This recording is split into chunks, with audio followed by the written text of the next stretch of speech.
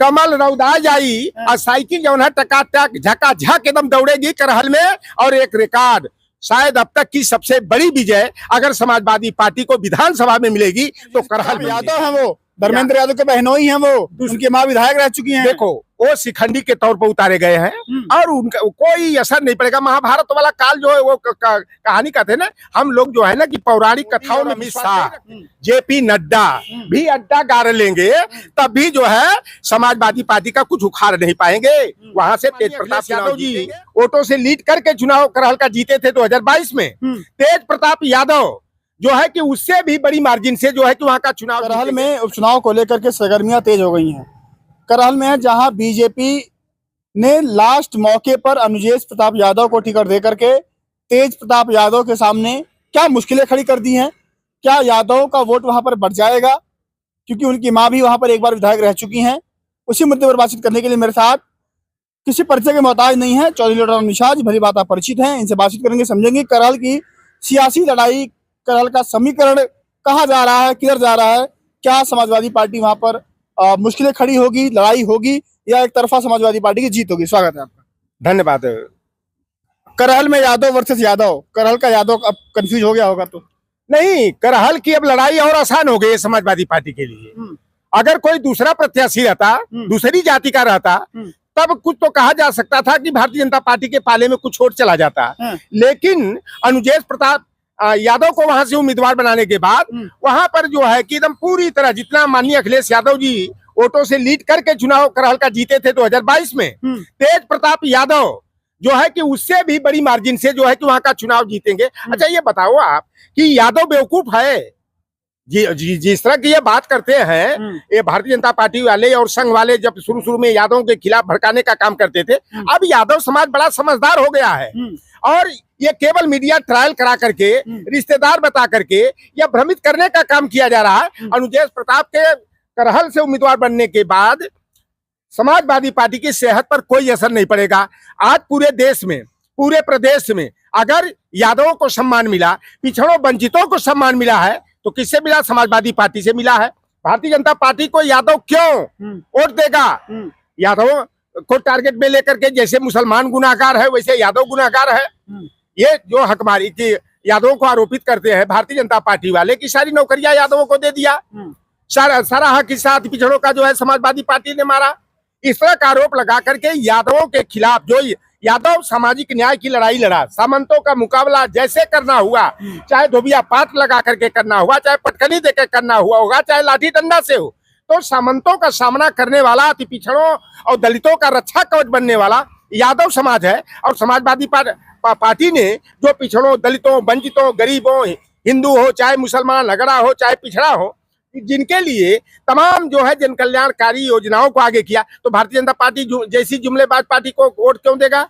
ये वहां पर अरे वो भी तो यादव हैं, अनुजेश प्रताप यादव हैं, वो धर्मेंद्र यादव के बहनोई हैं, वो उनकी माँ विधायक रह चुकी हैं। देखो वो शिखंडी के तौर पर उतारे गए हैं और उनका कोई असर नहीं पड़ेगा। महाभारत वाला काल जो है वो कहानी कहते हैं ना, हम लोग जो है ना कि पौराणिक कथाओं में विश्वास नहीं रखते हैं, वो शिखंडी की तरह इनको प्रेजेंट किए हैं तेज प्रताप यादव को घेरने के लिए, लेकिन वह शिखंडी काम नहीं आएगा। और यादव क्यों वोट देगा? जो भारतीय जनता पार्टी पिछड़ों की दुश्मन है। मंडल कमीशन का विरोध किसने किया? भारतीय जनता पार्टी और आरएसएस ने किया। फूलन देवी का आबरू किसने लूटा? भारतीय जनता पार्टी और आरएसएस के रिश्तेदारों ने लूटा। आप देख लो कि अभी आरक्षण की हकमारी हो रही है सारी नौकरियों में, तो ये भारतीय जनता पार्टी करती है। जातिगत जनगणना का विरोध कोई मुसलमान और यादव तो नहीं करता है, ये भारतीय जनता पार्टी करती है। तो यादव इतना समझदार, पिछड़े समझदार हो गए हैं और ये पहले अति पिछड़े यादवों के विरोध में वोट करते थे, लेकिन 2024 के लोकसभा चुनाव के बाद अति पिछड़ों का दिल दिमाग बदल गया। संजय निषाद, ओम प्रकाश राजभर का खेल खत्म हो गया। अब अति पिछड़े गुमराह होने वाले नहीं, वो अपना भला कहाँ होना है वह जानते हैं। ये भारतीय जनता पार्टी केवल हिंदू हिंदू हिंदू करती है और हिंदुओं को खतरे की बात करती है। नीचे से ऊपर तक शासन होने के बाद भी हिंदुओं को खतरा दिखाती है। तो हिंदू इनकी दृष्टि में निषाद थोड़ा है, अखिलेश यादव थोड़ा हिंदू है कि अखिलेश यादव 5 कालीदास मार्ग अगर खाली करते हैं तो उसे क्या करते हैं? गोमूत्र और गंगा जल से 9 दिन धुलवा करके शुद्धिकरण करते हैं। कन्नौज लोकसभा चुनाव के दौरान जब कन्नौज के गौरी शंकर मंदिर में जाते हैं तो टैंकर से गंगा जल मंगा करके उसको धुलवाया जाता है। तो कौन हम लोग खाली चुनावी हिंदू, ये जिनको हिंदू कहते हैं ना, ये केवल चुनावी हिंदू हैं, केवल वोट वाले हिंदू हैं। अब हम लोग वोट वाले हिंदू नहीं बनेंगे, हम लोग पीडीए वाले हिंदू बनेंगे, सामाजिक न्याय वाले हिंदू बनेंगे, पेरियार अंबेडकर मंडल वाले हिंदू बनेंगे। ये भारतीय जनता पार्टी के अब झांसे में नहीं आने वाला है। वहीं बगल में लगता है मध्य प्रदेश। अगर वहां से डॉक्टर मोहन यादव आ गए अनुजेश प्रताप के समर्थन में, तब क्या होगा? सभा की तब हवा गायब। लोकसभा चुनाव में मोहन यादव का पासा फेल हो गया।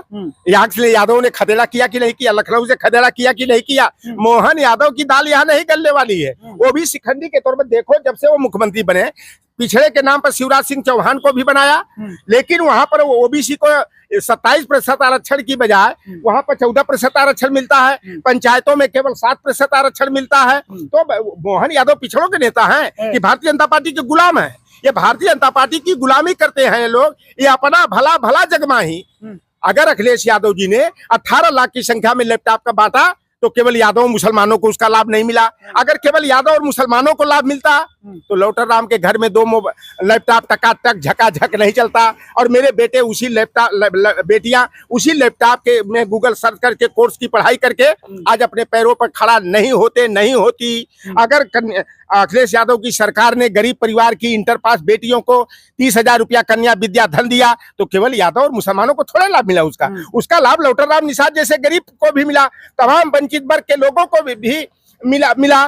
पर मुफ्त पढ़ाई, मुफ्त दवाई, मुफ्त सिंचाई की योजना हो, चाहे 100% शुल्क प्रतिपूर्ति छात्रवृत्ति की योजना हो, समाजवादी पार्टी ने। तो भैया देखो, पिछड़े और यादव, भारतीय जनता पार्टी और यादव तो कसम खा करके भी जो है अनुजेश प्रताप को यानी भारतीय जनता पार्टी को वोट देने वाला नहीं है। वह टकाटक साइकिल की बटन दबाएगा, पीडीए को दौड़ाएगा, तेज प्रताप यादव को वहां से जिताएगा। बेवकूफ है, पागल कुत्ता कहता है यादव को कि यादव का वोट बढ़ जाएगा। अब मोहन यादव के बुला ले, चाहे अशोक यादव को बुला ले, चाहे रामकृपाल यादव को बुला ले, चाहे भूपेंद्र यादव को बुला ले, चाहे वो लक्ष्मी नारायण यादव को बुला ले, चाहे गंगा राम अहिर को बुला ले। अपर्णा कहाँ, यादव कहाँ है यार? अपर्णा यादव नहीं है। अरे अपर्णा भारतीय जनता पार्टी में गई तो सपा के लिए शुभ हो गया। अनुज भी भारतीय जनता पार्टी में गए हैं, 27 का रास्ता समाजवादी पार्टी का एकदम साफ। 2027 में समाजवादी पार्टी की सरकार। अपर्णा गई और भाजपा वाले जो कहते थे ना कि इनको 3 सीट पर सीमित कर देंगे, 1 सीट केवल जीतेंगे, मैनपुरी के अलावा दूसरी सीट नहीं जीत पाएंगे, तो इनका तो खेल खत्म हो गया। 80 में 43 सीट इंडिया गठबंधन जीत गया, और समाजवादी पार्टी देश की तीसरी सबसे बड़ी पार्टी है, उत्तर प्रदेश की नंबर 1 की पार्टी बन गई। अखिलेश जी कह रहे हैं करहल में भारतीय जनता पार्टी की जमानत जब्त हो जाएगी। भारतीय जनता पार्टी की ना, वो तो बात सही है। 1 वोट मिलने वाला था, वो वोट साइड। अब ये कुछ नहीं, वो तो केवल डमी उम्मीदवार के रूप में केवल यादवों को गुमराह भाजपा को पूरे करहल में कोई और प्रत्याशी नहीं मिला कि अनुजेश मिल गए। वो केवल देखो, ये भ्रमित करने की राजनीति करते हैं, ये धोखेबाज हैं, ये केवल जनता को गुमराह करने के लिए कि देखो यादव के खिलाफ यादव लड़ गया तो गैर यादव कहेंगे कि भैया यादव जब तो भाजपा से चुनाव लड़ रहा है तो गैर यादव गुमराह हो जाएंगे। लेकिन गैर यादव 2024 मतलब भाजपा यादव को टिकट ना दे तो भी दिक्कत है, अब दे रही है तो भी दिक्कत है। देखो, भारतीय जनता पार्टी मुख्यमंत्री भी बना दे यादव को, निषाद को बना दे, चाहे कुछ भी बना दे, उसका कोई मतलब। द्रौपदी मुर्मू राष्ट्रपति है ना, स्टाम्प रबड़ है। रामनाथ कोविंद थे ना देश के प्रथम नागरिक, क्या कर लिए रामनाथ कोविंद? ये लोग केवल रबर स्टाम्प बनाते हैं। ओबीसी के जितने नेता, संजय निषाद एक नेता है ना, कहते हैं कि हमारी तो अधिकारी कोई बातें नहीं मानता है, हमारे तो कुछ चली बसाई नहीं रही है। तो ऐसे ऐसे नेता है भारतीय जनता पार्टी में कि वो चाहे कि अपने जीजा का, साला का, दामाद का अगर नौकरी देहल तो दूर, अगर ट्रांसफर हो जाए तो ट्रांसफर रुकवा ना सकता, और ट्रांसफर करवावल चाहे तो ट्रांसफर कराने की औकात नहीं है। यह भारतीय जनता पार्टी में पिछड़ों दलितों की औकात है, कोई औकात है? वहाँ बंधुआ मजदूर बन करके रहे, जमीन बेच दिए हैं, केवल बस उनका यही है कि अपना भला भला जगमा ही समाज जाए चूल्हा भाड़ में, उनका समाज से कोई मतलब नहीं है। करहल में साइकिल टकाटक की कमल खिलेगा, झपाझप कमल रौदा जाई और साइकिल जो है टकाटक झकाझक एकदम दौड़ेगी करहल में। और एक रिकॉर्ड, शायद अब तक की सबसे बड़ी विजय अगर समाजवादी पार्टी को विधानसभा में मिलेगी तो करहल में मिलेगी। करहल में जो है तेज प्रताप यादव इतना अधिक वोट से जीतेंगे और भारतीय जनता पार्टी इतना कम वोट पा करके बोल्ड हो जाएगी कि यह एक इतिहास बनेगा करहल में। अरे योगी जी पूरा लगा दिए हैं अपना दांव पेच, ऊपर से 30 मंत्रियों की टीम बना दिए हैं कि उपचुनाव जीतना है, नहीं तो दिल्ली से खबर आ जाएगी। फिर ऐसा है कि वहां आके मोदी और अमित शाह जेपी नड्डा भी अड्डा गाड़ लेंगे, तब भी जो है समाजवादी पार्टी का कुछ उखाड़ नहीं पाएंगे। वहां से तेज प्रताप चुनाव जीतेंगे। वहां की जनता एकदम बिल्कुल एकजुट होकर के, यादव तो अरे कहा भले भुलाए के बटनिया से दबा दे कमल का शायद, नहीं तो यादव के साथ साथ चाहे वो गैर यादव हो, चाहे कश्यप हो, चाहे लोधी हो, चाहे काची कुशवाहा साक्य कोयरी हो, ये अब लोग भ्रमित नहीं होने वाले हैं, क्योंकि भारतीय जनता पार्टी का जो असली चेहरा दलित और पिछड़ा विरोधी है, संविधान विरोधी है, जातिगत जनगणना विरोधी है, ओबीसी एससी एसटी के सम्मान और प्रतिनिधित्व के विरोधी है, ये सारी जनता जो है भारतीय जनता पार्टी को समझ चुकी है। बस 27 का इंतजार है, जोगी जी की विदाई, अखिलेश यादव जी की ताजपोशी का इंतजार केवल कर रहे हैं। जिस तरह लोकसभा चुनाव में समाजवादी पार्टी और इंडिया गठबंधन 43 सीट जीता और 280 सीटों पर समाजवादी पार्टी लीड में है और 300 प्लस सीटें सपा जीतेगी और उत्तर प्रदेश में 27 में सरकार बनाएगी।